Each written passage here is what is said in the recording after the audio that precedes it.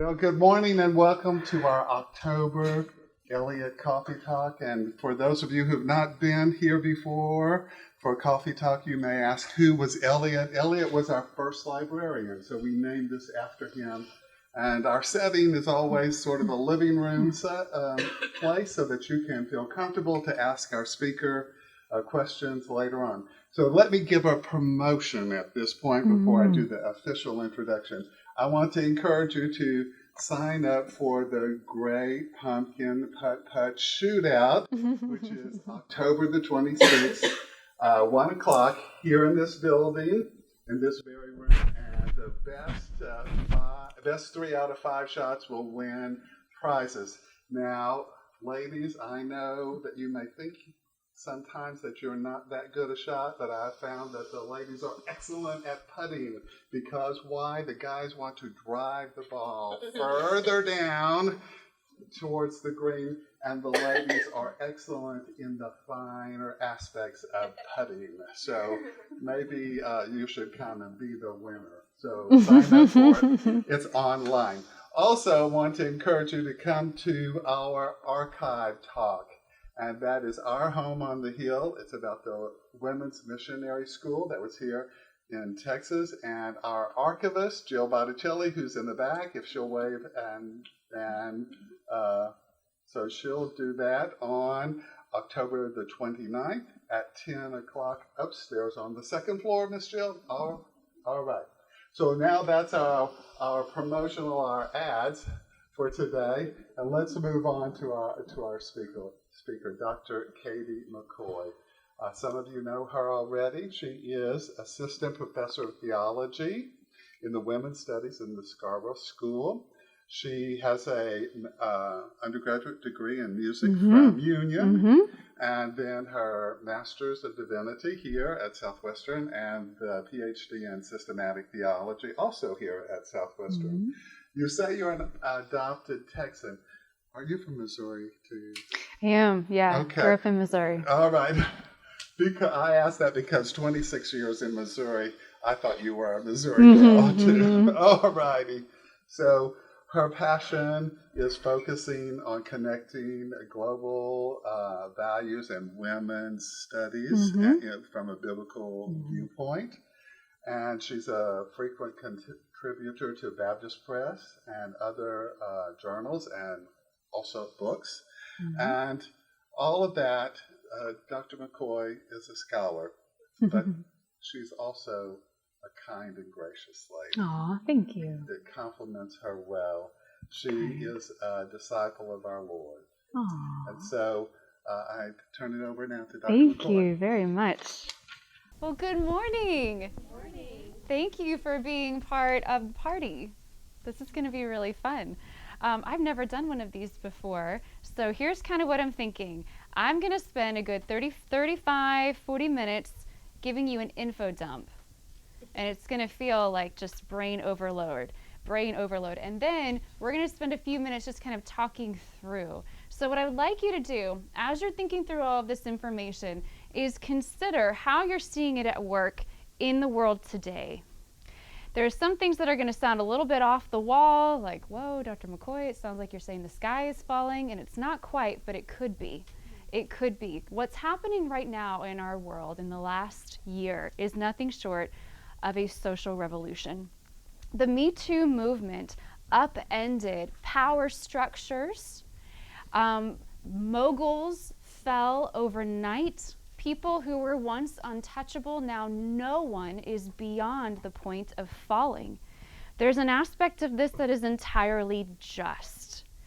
But as we're talking about categories like justice and morality and right and wrong, you and I have an opportunity. In fact, I would say that in our culture today, we are at a crossroads.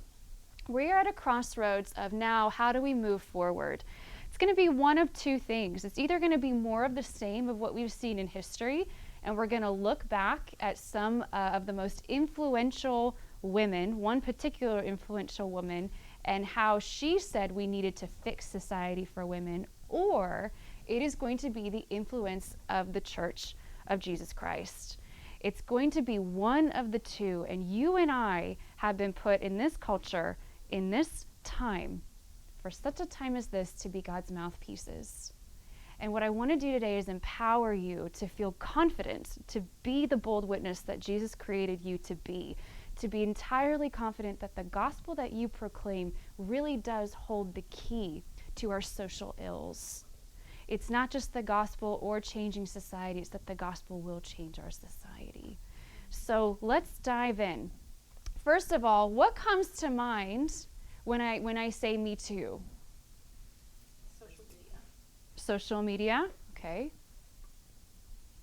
Rape victims. Rape victims, yes.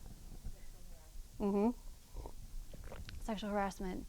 harassment. Feminist. Let's stop with that. What comes to mind when I say feminist? Men haters. Man haters, okay. Female empowerment. Female empowerment, yes. Equality is typically something that's considered synonymous with feminism. What I want to do today, too, is talk about breaking down this juxtaposition between feminism and Christianity. Now, feminism itself is kind of notoriously ambiguous to define, in part because feminism means what you want it to mean. The ideology itself hinges on the perspective of the individual. You create what it is. This is why, for instance, in the 1960s, feminist women decried male objectification of female sexuality, and they did that in the name of women's empowerment. There was a famous Miss America where, as the winner of Miss America was announced, they did something about like the cattle call, and we're not going to be part of this cattle herd anymore, because it was all about women are not going to conform to men's expectations of female sexuality. Fast forward to the 2000s. Now, women can objectify their own sexuality, also in the name of women's empowerment. How'd we get there? It's because it is by nature a subjective ideology. The crux of ideological feminism is a concept that is so commonly accepted, we don't even realize how much it's influenced us.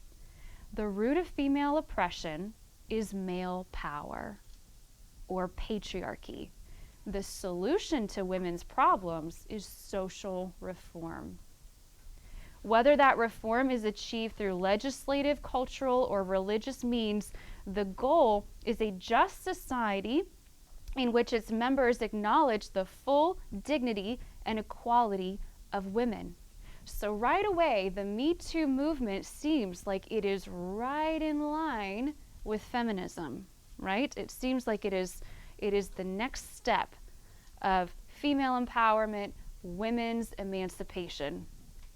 Many of the problems that early feminists identified were genuine problems. We need to realize that.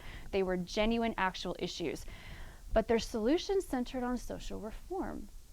So when Betty Friedan wrote the iconic Feminine Mystique, her proposed solution for women's chronic discontent was that they become fully participating members of society by entering the workforce, by becoming financially independent of their husbands, and by being free from the burden of caring for their families.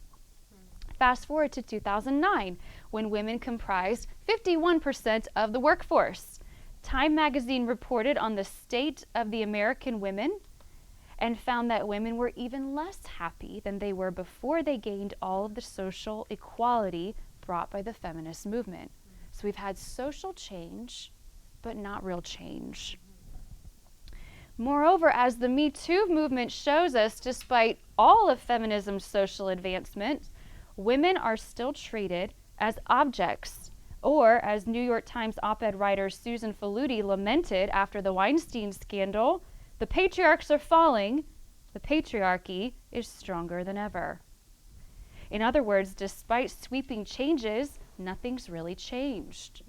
We women can vote, own businesses, pursue any educational or vocational field, be CEOs of Fortune 500 companies, university presidents, U.S. senators, but we still have to be careful going to the grocery store at night.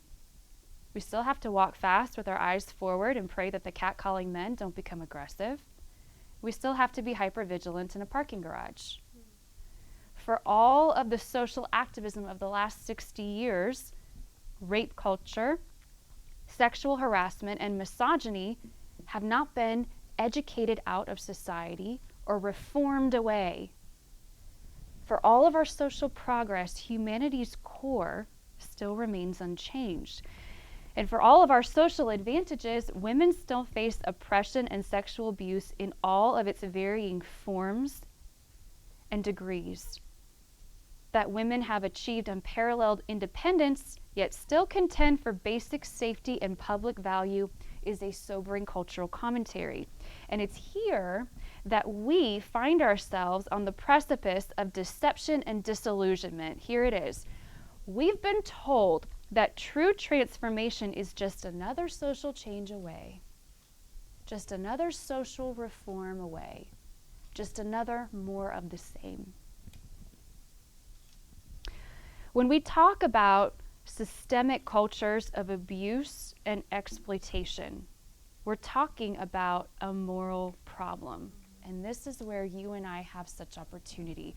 We are speaking and we are hearing people speak in moral categories like never before. Just today on CBS Morning Show, there was a woman who was abused by the female gymnast Dr. Larry Nassar. And she said 3 different times, she was talking about someone who aided and abetted this man and said that this other person was sinning from the beginning. She said this word sin. And it was almost jarring. Like, whoa, she sinned, or he sinned. And so these are moral categories that we're talking about. Condemning the abuse of power, corruption, and predatory behavior is expressing a moral claim. Calling on men to be better is a moral claim. What is better? Who decides better? Better than what? Even contending that women should be valued and protected from such exploitation is a moral claim. But we don't stop to ask, why are these things that women are talking about and expressing, why are they wrong? We know that they are, but why? According to whose standards? We instinctively recognize it as objectively immoral, but we bypass the unspoken assumption of an absolute right and wrong. Catch that. We instinctively recognize it as objectively immoral, but we totally bypass this unspoken assumption that there is an absolute right and wrong. That is absolutely wrong because we know something that is absolutely morally evil. And it's here that we find what's missing from Me Too. It is impossible to contend for the full equality and value of women apart from a theistic worldview. It's absolutely impossible. Unless you have a God, you don't have a being to whom people are accountable. And if you don't have a being to whom people are accountable, you don't have an absolute right and wrong. And if you don't have an absolute right and wrong, you have no moral basis for saying that Harvey Weinstein and Charlie Rose and all the rest of them are wrong. Unless you have a God, the argument for the value and equality of and dignity of women is completely non-existent. You don't have anything to hinge it on.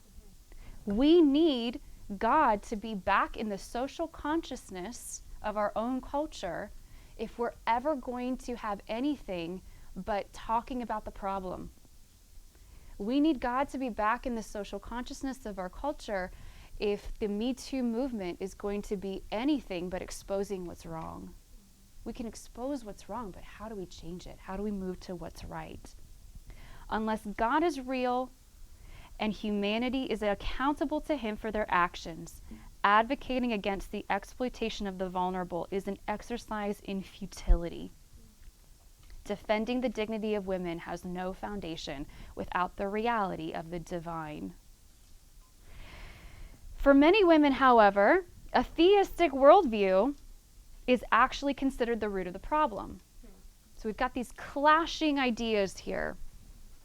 Not just Christianity, but all religions are said to threaten women's equality. Nasrin Taslima authored an article entitled "Why Secularism is Necessary for Women." And in it, she blamed religion for the oppression of women worldwide. Taslima explains, she says, quote, "Secularism is necessary for women's freedom simply because religions, all religions, are opposed to women's freedom. No woman can have the rights and freedoms she deserves under any religion's laws." For Taslima, one cannot be a true feminist, and in this definition, feminism, think very broad, one who believes that women are equal. That would be likely what most feminists would tell you it means to be a feminist. She says you can't be a true feminist without denying the existence of God. She goes on to say, if one believes in women's rights, one first has to cast away one's religious identity. So women's rights and religious identity are incongruent, according to her worldview. She says, I belong to no religious community. My community is that of humanists free from religion. I strongly believe that no one can be a true feminist without being an atheist. All religions are anti-women, end quote. So here's our conflict. We have a culture that exploits, abuses, and objectifies vulnerable women. And theism, specifically Christianity, cannot be neutral. It's either part of the problem or it's part of the solution. So which one is it? Actually, it's even more than that. Either Christianity is the problem or it is the solution. There really is no neutral middle ground. So with all of this in mind, let's consider the Christian and the atheistic or naturalistic worldviews as they relate to and inform the worth and dignity of women. Let's start with naturalism. Naturalism claims that everything in the world can be explained by natural or material causes. If you are an atheist, you are a naturalist. There is no creator. There is no intelligent design. There is only an impersonal force of evolution in which amoebas developed into humans over millions and millions of years. Natural selection weeds out inferior life forms, and the future existence of past species depends upon the survival of the fittest. An animal adapts in order to survive. There is no creator. We just are the product of millions of years of evolution. In the words of, I don't remember his name, you'll have to help me. He's the scientist that Jeff Goldblum plays in, what is it? No, sorry, Jurassic Park. Oh. Jurassic Park, you remember Jurassic Park when the scientist says at the very beginning? Life finds a way. That's exactly it. He's trying to explain the evolutionary theory and he says life finds a way. The idea is that life finds a way to survive. So if something has persisted through all of this time, then logically it is necessary for the survival of the human race. Why? Because life is this force that finds a way to survive. So the secular humanist is ascribing to this naturalistic worldview. The trouble is, if the universe came about only by natural causes and is sustained by the strong overpowering the weak, where does that leave the physically vulnerable in our society? Even more, upon what basis can we even claim that crimes like sexual assaults are morally wrong? In 2000, two evolutionary sociobiologists, that's a thing, evolutionary sociobiologists, attempted to answer this very question. Randy Thornhill and Craig Palmer wrote an article entitled, Why Men Rape. Here's what they claim. They say that rape has an evolutionary basis. It's not primarily about control and domination, but rather a sexual impulse. In other words, the impulse to sexually assault another person is the result of a brain-based male instinct. They claim that rape has evolved, it may have evolved as an adapted reproductive strategy for men unable to acquire a woman by his own merits. In other words, if pursuing the woman didn't work out, then he would just take her by force. Or it may have evolved as the side effect of other adaptations, namely, quote, the strong male sex drive and the male desire to mate with a variety of women, end quote. Catch the logic here. If the impulse to sexually overpower a weaker human being is the result of evolution, and human behavior evolved according to what would sustain human life, then logically, within this naturalistic worldview, the act of rape must have been necessary for the survival of humanity. Otherwise, it wouldn't still be around. So what is their solution to sexual assaults? More social reform.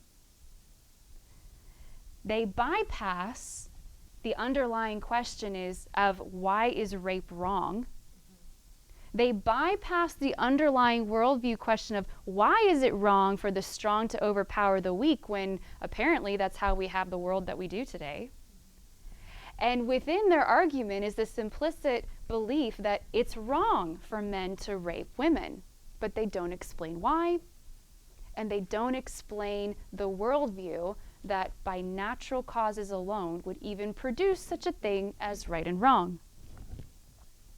Here's the social reform that they suggest. Thornhill and Palmer say that we need an education program for young men, done around the time they receive their driver's license, that would inform them of their evolved sexual predispositions. They state, quote, most of all, the program should stress that a man's evolved sexual desires offer him no excuse whatsoever for raping a woman, and that if he understands and resists those desires, he may be able to prevent their manifestation in sexually coercive behavior, end quote. Hopeful, right? If he understands his brain, he might be able to avoid committing this crime. Essentially, what they do is try to call men to live honorable lives by telling them that they're animals. Right? Call men to live honorable lives by telling them that they're just animals and they are the product of their evolutionary crocodile brains. Great. But even this suggestion implies a moral code that is incongruent with purely biological explanations for such sexually coercive behavior. If sexual assault is an adaptation, upon what moral basis would a man attempt to, quote, prevent its manifestation? Upon what moral basis would a government even penalize a man for such a crime? After all, maybe his brain made him do it. Maybe he's just the victim of his genes. The evolutionary sociobiologist also gives this advice to young women. They say, contrary to what they've been told, a man sexually assaults a woman because she is sexually attractive and because she, perhaps unknowingly, gave some signal of availability. In other words, it's her fault. This is the logically consistent outcome of the collision between naturalism, atheism, and the exploitation of women. Without God, you're left with natural causes and explanations of the universe, and you're left with the argument like Thornhill and Palmer's. There's another consequence, though, of removing God from our cultural consciousness. And it also directly affects women, and it especially informs this Me Too movement and the question of a woman's place in society. In the absence of a supreme deity, we have to fill the vacuum of that somehow. It's just human nature. Something takes God's place. Now, we know this theologically. John Calvin called us idol factories. But what happens within an ideology that tries to both advance women but deny the divine? What takes its place? The answer is government becomes God. Government becomes God. The state becomes the savior. To see how this is playing out in our times, we have to go all the way back to the 1960s to a pre-feminist French philosopher named Simone de Beauvoir. Has anybody heard of Simone de Beauvoir? All right. Simone de Beauvoir is the paradigm of what it looks like to try to change the world through social reform and completely leave out God. She has long been considered among the most influential thinkers in feminist history. When she died in 2008, the French newspapers said, "Women, you owe her everything." She dreamed of a world in which women could define themselves on their own terms and be free from men. Since the debut of her manifesto called The Second Sex, has anybody read any of that? Second Sex? You've read some of it? Yes. It's a treatise. It is a treatise of social feminism that has tried to achieve a feminine identity that is totally independent of male desires and expectations. So a socialized feminization of women, where women basically take on what men would want them to do and be. She's wanting to free women from that. How does that happen? Well, she says women need to be unfettered by their reproductive biology. And this isn't just about the relationship between men and women, though. This is an entire worldview. For Simone de Beauvoir, it was about the individual and her relationship to the state. It was the state that would emancipate women from their family and religious constraints and ensure the full participation as contributing citizens. So for de Beauvoir, nothing less than a transformed society would guarantee women's liberation, and only a very big, powerful government could ensure that for the every woman. While socialist feminism, like Simone de Beauvoir's, and like-minded feminists claim to champion the liberty and individuality of women, they do so by creating social structures that are dependent on greater forms of government, specifically the cultural and consequently economic structures of socialism. De Beauvoir was not just a socialist, by the way, she was a Marxist. She identified with Marxism, she praised Marxism. She said Marxism would be the answer for women to be fully equal members of society. The trouble is, there's no society in which it's actually worked. Consistent with Marxist socialism, de Beauvoir is virulently anti-religious. Now keep in mind, this is the woman who was the foundation of feminist ideology. She's a woman who has had ripple effects for decades in the concept of women in society. De Beauvoir was ardently anti-Christian. She said Christian ideology has contributed no little to the oppression of women. She talked about the ancient Roman law in idealistic terms, which is hysterical when you think about women in ancient Roman society. In ancient Roman society, women actually registered as city prostitutes so that they could be free to have infidelity in their marriages, just like their husbands. If you were a slave, a male or female slave in ancient Rome, there was essentially institutionalized sexual slavery. Your master could do whatever he wanted to do to you, and if you resisted, that could mean death to you. So it created a form of sexual slavery. Prostitution, both male and female, was common and accepted, even forced prostitution. So here she is saying, we just need to go back to ancient Rome when women were really valued. She also bemoans the influence of Christianity on the economic, social, and political spheres of Greco-Roman culture and its effect on women. She also lamented the cultural shift that Christianity brought concerning abortion. I'll talk about that in a little bit, but wherever Christianity had influence in a society, it elevated the status of women and it protected the unborn. It was a symbiotic thing.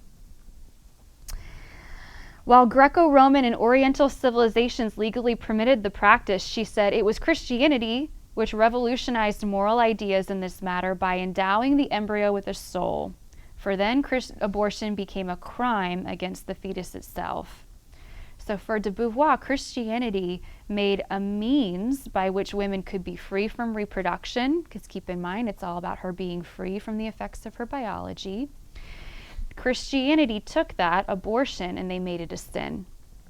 Couple that with hierarchical structures in the church and the home, where men were told to lead their homes in the church within the Christian faith, along with its emphasis on monogamy and childbearing, and for Simone De Beauvoir, the religion was an unholy union. So as I mentioned for De Beauvoir, she wanted to free women from their biological prison. And the only way to do that was to separate themselves from family relationships. So instead of a woman being identified by her ties to her family, she would be identified by her contribution to the state, specifically the workforce. So the state was the protector of women's equality. The government became the source of your identity. Who you were to your family was secondary, even incidental to who you were to the state. And it was all about your relationship to the government. Now, lest it seem like we are really far away from that, consider our own government has assumed the authority to define what a marriage is, and therefore what a family is. This also means that the state can assume the authority to say what a marriage and a family is not. Just this past year, there was an Ohio teenager who was taken from custody of her parents and put in the custody of her grandparents because her parents objected to transgender hormonal treatments. The judge ruled that the student, this high school student, should be with people who are more accepting of her. So here we have a judge saying that the laws of parents are subsumed or inferior to the laws of individuality. And the state determined that an individual's desire to transition to a different gender superseded family law, superseded the rights of these parents to have over their underage daughter. I think it was a woman wanting to transition to a man. So that was quite alarming. The precedent of that is that the state has the right to determine who a family is. That means the state has the right to determine who a family is not. The state has the right to determine the rights of parents over their children. When Canada took away terms mother and father from birth certificates, they moved another step towards this direction, to the government defining identity. The reason for that is that something has to be God. That's kind of the overarching argument here. Something has to be God. Robert Bork, if you're not familiar with Robert Bork, you need to be. He is the best Supreme Court justice that we never had. And you got to know the history of that. But Robert Bork explains in his book, Slouching Towards Gomorrah, that within modern liberalism, not classical liberalism, but modern liberalism, politics replaces religion. Politics replaces religion. Do we not see that happening today? Have you heard of the phrase tribal politics in the news? This is what's happening. We are becoming identified by our political alignments. This is all also happening with the erosion of religious culture and family structures. Why do I share all of this? To tell you that the feminist worldview hasn't worked, it won't work, and it can't deliver equality for women. And if we look to more social reform to fix the problems brought to light by Me Too, we're just not going to get anywhere. We won't move past the protest to find true change. The exploitation and abuse of women is indeed a social problem, but it's a social problem because it's a sin problem. And until we have a moral consciousness that is willing to acknowledge the reality of sinful humanity, we're just dealing with the symptoms. By the way, Alexander Solzhenitsyn wrote Gulag Archipelago. He commented that only Christianity was the worldview strong enough to stand up to communism. The idea there is that the world, and we are seeing this in our culture today, it may not happen with our laws, but it is happening with culture, especially Northeast universities. There is the leftward drift towards Marxism. And Marxism is a complete ideology, and it has to be matched with an ideology that is strong enough in which people find a sense of identity, and only Judeo-Christianity has the power, has the sense of identity to stand up to it. The conversation that you and I need to be having in the body of Christ is this uneasy coexistence between the Christian and the feminist worldviews. I talked to a brilliant professional woman, solid Christian, and she said, "Oh yeah, I'm a feminist." I said, "Well, what do you mean by that?" She goes, "Oh, well, I'm totally for women's equality." I want to be like, no, that doesn't make you a feminist. That doesn't make you a feminist. Every time people say that, like, "Oh yeah, I'm a feminist because I'm all about women's equality," I think of the scene in Princess Bride where the guy goes, "I don't think that word means what you think it means." Because this is what's happening. Feminism is an ism, to quote Mary Cassian. Feminism is an ideology. It's a philosophy. Like every worldview, it's answering basic questions. Who are we? Where did we come from? What went wrong? How do we fix it? So this isn't some kind of add-on to your Christianity. It's competition to your Christianity. It's a full worldview. And it's not something that we can mix and mesh and meld to try to make it fit our culture. In reality, if we do that, we're going to end up with a syncretistic faith. Feminism says that the ultimate source of authority is the person. Christianity says the ultimate source of authority is God. You cannot have two competing sources of ultimate authority. They're going to clash. Something's going to win. The implication here that women say when they're a Christian feminist is they believe that feminism brought the dawn of recognizing the full equality of women. The problem with that line of reasoning is that women's equality did not originate with feminist ideology. It actually originated with biblical theology. In the image of God, he created him. Male and female, he created them. Genesis 1:26 and 29 describes.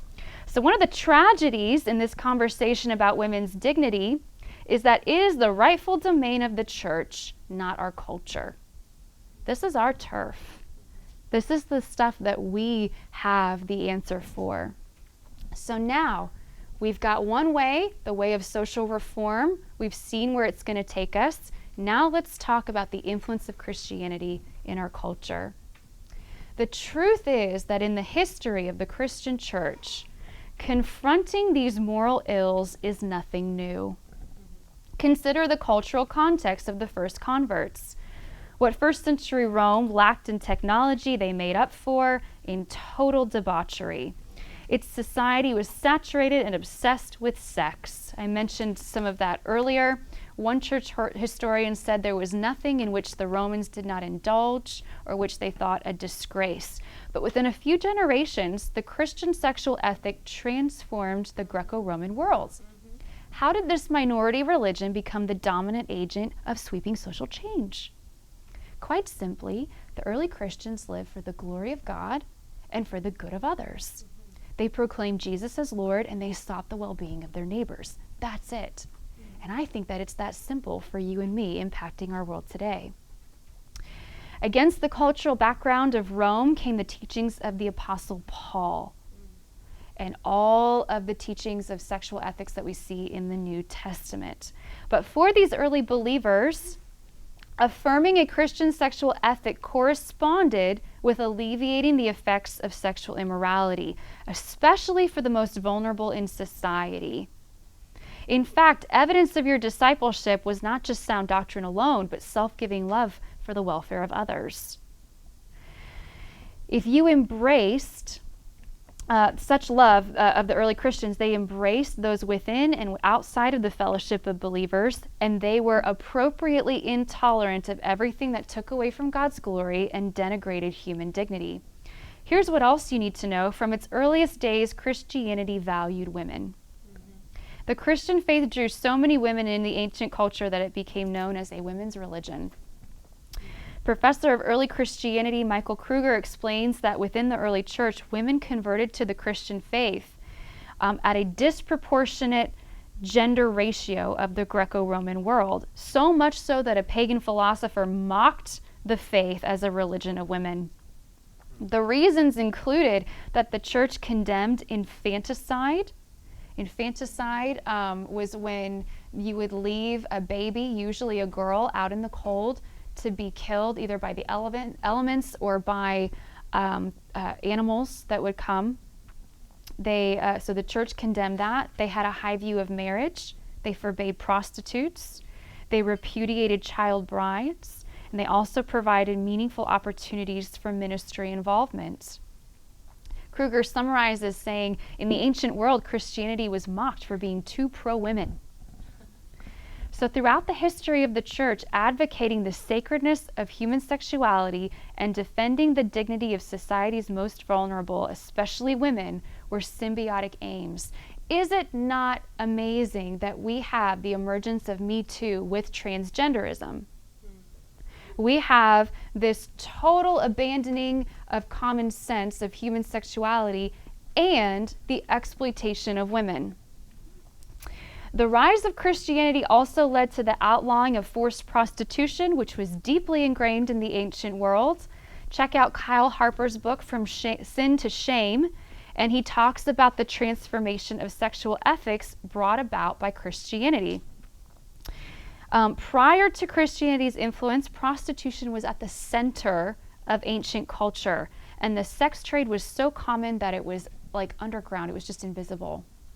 But according to Harper, recognizing the moral evil of this exploitation reflects a social revolution derived exclusively from the Christian faith. He actually says that it is an index of Christianization in a culture when that culture gets rid of forced prostitution. So upholding sound doctrine for the glory of God and combating injustice for the good of others are inextricably linked in the Christian faith and witness. The early church also, as I mentioned, combated infanticide, child abandonment, and abortion. By the way, back then they had both herbal and surgical abortions. And one church father actually discovered abortion was taking place in his town. His name was Basil of Caesarea. And this particular church father discovered that the abortionists would sell the fetuses to an Egyptian cosmetologist company who used them for fetal collagen for beauty creams. 4th century. This was happening in the 4th century. He mobilized his congregation to take care of women with unwanted pregnancies. And eventually, his influence led to the outlawing of infanticide and abortion from the Emperor Valentinian.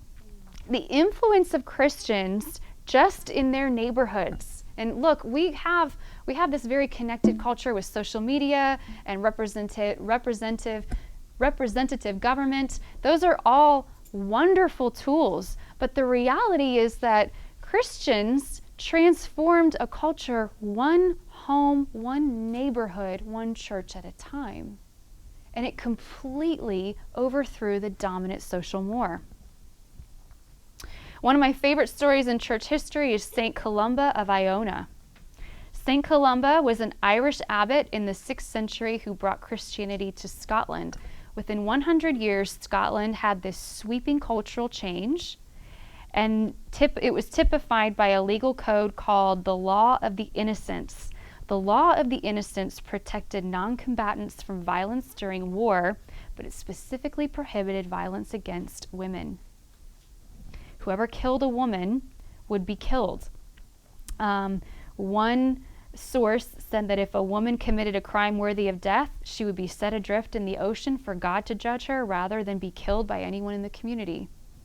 The law even punished rape and the disputing of a noble woman's purity, thereby protecting her reputation, and the requirement of women to serve in military combat. It protected from women serving in violent situations. Scottish historian Neil Oliver describes the Law of the Innocents as evidence of the civilizing influence of Christianity. Wherever true Christianity has taken root, it has elevated the status of women and protected the vulnerable. Elevated the status of women and protected the vulnerable.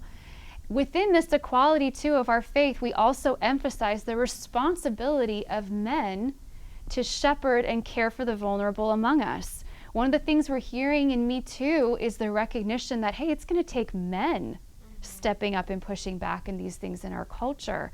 That's exactly what we teach in our faith. It is the responsibility of godly men to take care of the most vulnerable among us. In his work, Inventing an Individual, Larry Siedentop says that Western culture owes its value of the individual to the Christian faith. He claims that the Christian conception of God provided an ontological, that's essential, who we are, foundation for the individual, first as a moral status, and then centuries later as the primary social role. He goes on to say, Christian moral beliefs merge as the ultimate source of the social revolution that has made the West what it is. This is not Christianity against women's equality. It is Christianity for the purpose of recognizing women's equality. You and I have the worldview that is the answer to what our society is looking and hungering for. We can be bold in it. We can be bold in it. Just like these early believers, they proclaimed Jesus as Lord, and they helped their neighbor, and they lived holy lives. It's the same with us. We can proclaim Jesus as Lord, love our neighbor, and live holy lives. So, what's missing from Me Too? Us. We are the people of God, the church. The Me Too movement may have brought to light our nation's moral sickness, but only Christ can cure the spiritual disease of sin, and only his church, us, can bring the disinfecting medicine of his presence. Thank you for being here.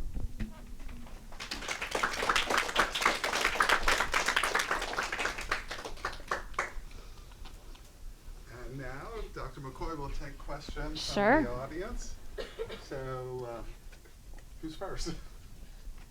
We want to pass the microphone around to make sure we get your question.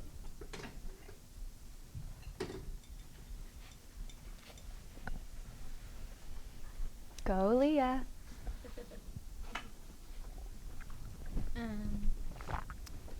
What about society's claim that of women's oppression within the church? Because there are, especially Middle Ages, there is evidence, historical evidence of the church's oppression of women, and so how do we respond to those claims?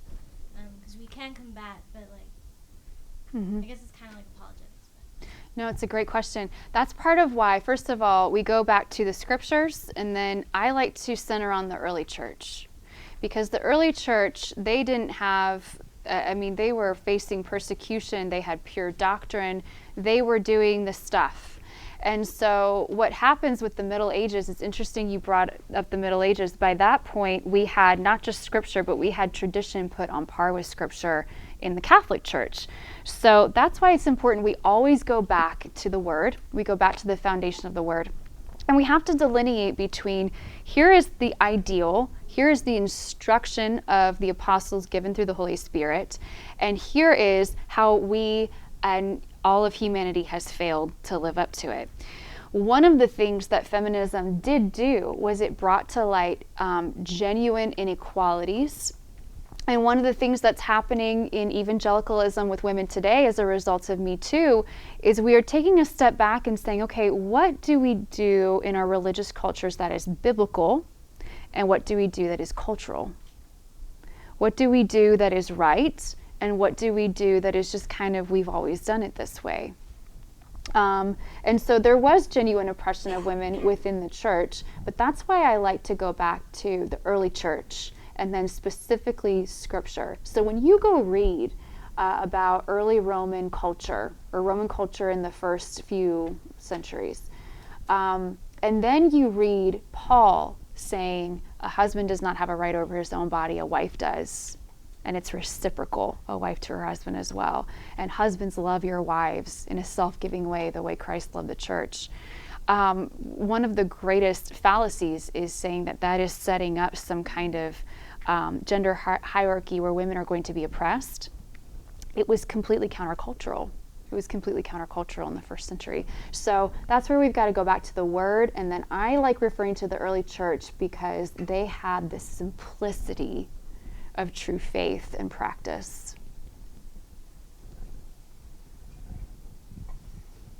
We got a few minutes more. I can try a question.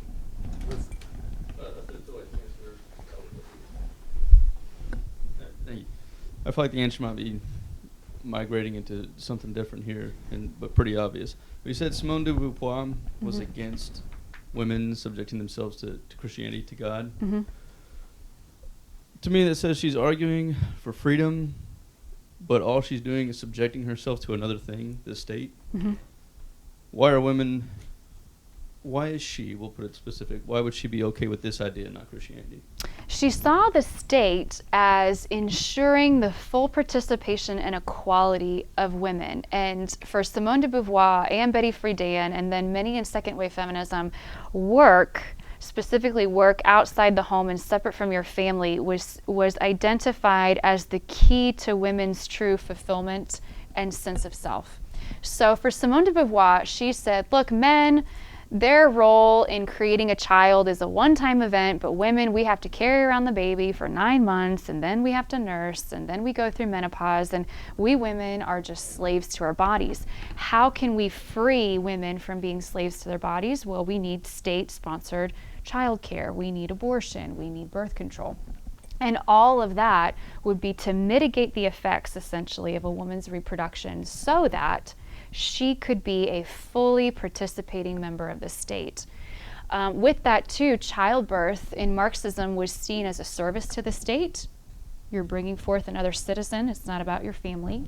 And then there was an interesting conversation with Lenin and this woman where he described how we were going to make housework someone else's job so that a woman could go into the workforce and essentially try to find dignity in all of these things as they collectively serve the state.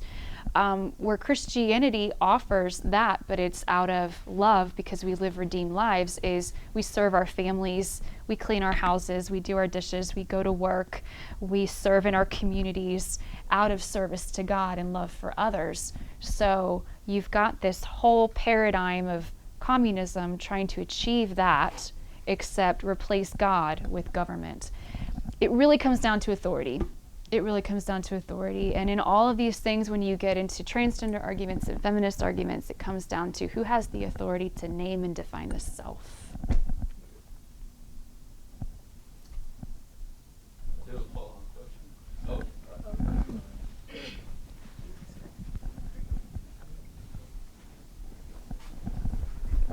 Tilany, she's ready.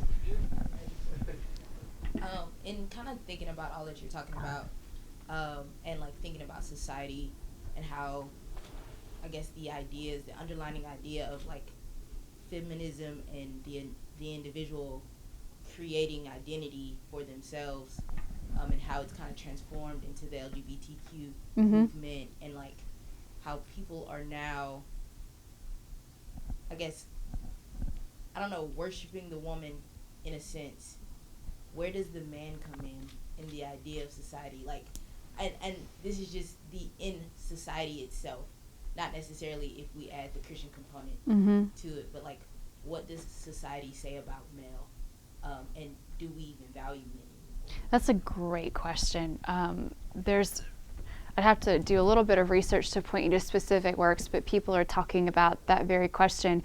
There's this dichotomy that's kind of self-refuting, where women want to, I don't even want to say bash men, because I feel like that's almost a caricature by now, but women will be offended when men act in a gentlemanly way, but then outraged when men don't step up to protect women. And so it's this thing of like, what is it that we want? And fascinating documentary was on it was on the state of dating in our American culture today. And one of the things that came forward about it is that, men don't really know how to pursue a woman. There's just some basic things of, it isn't just gender roles. I really don't like that phrase, roles. Dynamic. It's this kind of dynamic, reciprocal relationship that we have eroded, and feminism has done that. Now, it was doing that in part because it's trying to fix things that were wrong, and many of those things were wrong, but their solution was not to see the design as something that was broken and needed to be redeemed. It was, okay, this is a problem in society and we need to completely reform it. And with that too, you had the value of women acting in stereotypically masculine ways, whether that is taking on characteristically masculine tendencies, and you had just this quiet erosion of these differences. So that's kind of like a very broad, like we could spend an hour on that, honestly. So in terms of what is the role of man in society, it's I think that's at a crossroads as well. This is one of the things that I love hearing men in evangelicalism talk about, the abuse of women both in and outside the church, and how it's such an evil and a sickness. That does so much for women, because it's going to take men taking responsibility for the women among us. Now, we can look at that and say, oh, see, it's not good enough until a man takes over, and that's one perspective on it. I think that's the wrong perspective. I think actually all the way back in Genesis, God has charged men with that responsibility, the responsibility to care for and answer for and be accountable to those under their care and those within their sphere of influence. So it really will. Honestly, gentlemen here, we can't do it without you being the ones to speak up on behalf of women and on behalf of women's dignity and equality. And it's going to take men, really godly men, moving into these spheres and conversations. One more question. I believe we need moving more to the praxis. So without orthodox, but looking the people you mentioned before, the people in the world, they have a huge need to looking exactly all the principle, all the Bible they say. But the problem I see is the people inside in the church, they looking to feeding with humanistic overview. Perception. It's a perception. So how can dealing with these two challenges? Inside in the church, the people, they're looking more for the humanistic, but the people outside the church, they're looking for the real truth. How can you give me an example of both perception? Because the real apologetics is, we are the people, God sent us to outreach the people. But the problem is, the people in the world, they already try all the humanistic perception, and they say it's wrong. So the results, the evidence, the fact is wrong. They're looking for Christ. They don't say Christ. They don't say the religion. They don't say God. But they're looking for. Now the people currently, like back in the 60s and the 70s and the 80s, but now the Christian society, they say, oh, Christ is good, but we need something more. So they're looking like at the word he already tests. It's wrong. Okay. I think that's where I go back to the early church, because the persecution of the early church, the moral reform that the early church brought, it wasn't that they were moral reform or proclamation of Christ. It was that they proclaimed Christ and they had a responsibility to their neighbor, and so they brought moral reform. By the way, kind of helpful in this whole do we do social justice or do we do the gospel conversation. It's not an either or. There's nothing in the Bible that says we can bifurcate them. It's that out of your proclamation of Christ, of these people whom Christ died for, you have a responsibility to them to seek their welfare right where you are. And that's what the early church did so beautifully. It wasn't an either or. It came from their proclamation, not instead of it or not our competition to it. We have one more question. Okay. Dr. McCoy. So I know we always say the girls all the time, but like, and like girls are always the target. Is it ever the men though? Mm-hmm. Like, does it happen? Mhm. Because you don't necessarily hear stories about that as much. Mm-hmm. You mean like male sexual Yeah. abuse? Oh yes, yes. I think it's something like 1 in 3 girls, but then 1 in 4 boys are sexually abused. It does happen, and for men, there is it's of the evil one. They feel an additional measure of shame. We just heard from those they came back from a mission trip in El Salvador, where it is run by gangs and gang culture. One of the ways that this gang initiates men into their group is by raping another man, and they use the shame of that to enslave them. It does happen with men. The reason it happens with women more is that women we're physically weaker. Women by nature, we tend to be more compliant. Women can be lured into a relationship that is abusive and not realize it because of the emotional attachment in some cases, not always, but in some. But yes, it does happen with men. Are you familiar with Tyler Perry? You should be familiar with Tyler Perry. Tyler Perry talked about this because he was sexually abused as a young boy by women. And he stood, I think it was on an Oprah show, with a lot of other men who said that they were proclaiming that they were the survivors of sexual abuse. And so really, in all of these things, and then of course, how can I fail to mention the Catholic Church and the scandal of that is still coming out of just whole cities where there were cover-ups and priests just shuffled around, and just the absolute demonic targeting of children. All of these things, Emily, if we were really going to be serious about Me Too and the sexual abuse of women and children, we would do everything we could to eliminate pornography. So until we really start doing that, we're not gonna be able to change. And there was pornography in the early church too. Again, there is nothing new under the sun. There is nothing that we are facing now that the church has not already faced and overcome. So that is the state that we're in. But we don't need to feel hopeless. We really don't. It shouldn't feel hopeless, because God has placed us here in this time. We have the same Holy Spirit that the people did in Acts, and we can bring the same light. We can bring the same light. We want to thank Dr. McCoy.